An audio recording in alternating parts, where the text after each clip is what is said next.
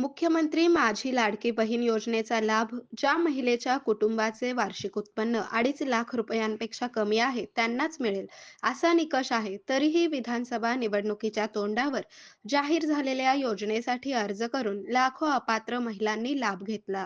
आता ई-केवायसीतून उत्पन्नाची माहिती समोर येणार आहे. त्यामुळे एप्रिलमध्ये ज्या महिलांना लाभ मिळेल त्याच योजनेतील खऱ्या लाडक्या बहिणी तथा लाभार्थी असणार आहेत. ज्यांना लाभ मिळणार नाही, त्यांचा लाभ कायमचा बंद झाला असे समजावे लागेल, असेही सूत्रांनी सांगितले.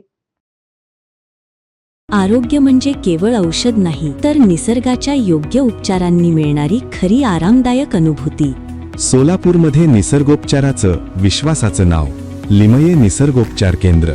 इथे उपलब्ध आहेत विना औषध उपचार पद्धती, ॲक्युप्रेशर, ॲक्युपंक्चर, कपिंग आणि मसाज थेरपी.